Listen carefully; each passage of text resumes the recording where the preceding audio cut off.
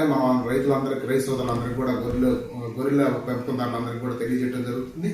అవకాశాన్ని మరి అందరూ కూడా విజయనగరం జిల్లాలో సోమవారం నాడు ఉదయం 10:30 చెన్నై షాపింగ్ మాల్ వద్ద దివంగత నేత డాక్టర్ వైఎస్ రాజశేఖర రెడ్డి విగ్రహం వద్దకు వైసీపీ నియోజకవర్గ సమన్వయకర్త కొలగట్ల వీరభద్రస్వామి, జిల్లా పరిషత్ చైర్మన్ మజ్జి శ్రీనివాసరావు, బొత్స సత్యనారాయణ సీనియర్ నాయకులు పాల్గొన్నారు. యువత, వైఎస్ఆర్ అభిమానులు ఈ కార్యక్రమాన్ని విజయవంతం చేశారని, సంతకాల సేకరణ పూర్తయిందన్నారు. ఇక ప్రభుత్వ మెడికల్ కళాశాలల్ని ప్రైవేటీకరణ వద్దని చెబుతున్నారు. 18వ తేదీన గవర్నర్ కు మాజీ ముఖ్యమంత్రి వైఎస్ జగన్మోహన్ రెడ్డి అందజేస్తారని బొత్స సత్యనారాయణ వెల్లడించారు.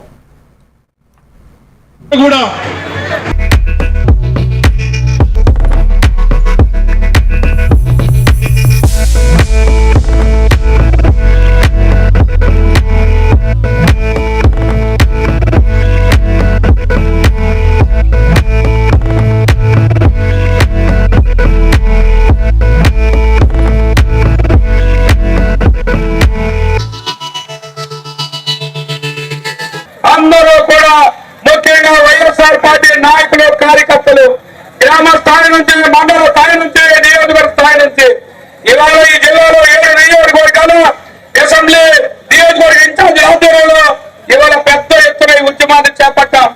ఇప్పటికై సంతకాల సేకరణ నియోజకవర్గ స్థాయిలో కార్యక్రమాన్ని చేపట్టి ఇవాళ జిల్లా స్థాయిలో పెద్ద ఎత్తున ప్రజల భాగస్వామ్యంతో ఇవాళ పెద్ద ఎత్తున ర్యాలీని ఇవాళ సీఎంఆర్ జంక్షన్ నుంచి ఇక్కడి వరకు వచ్చాం.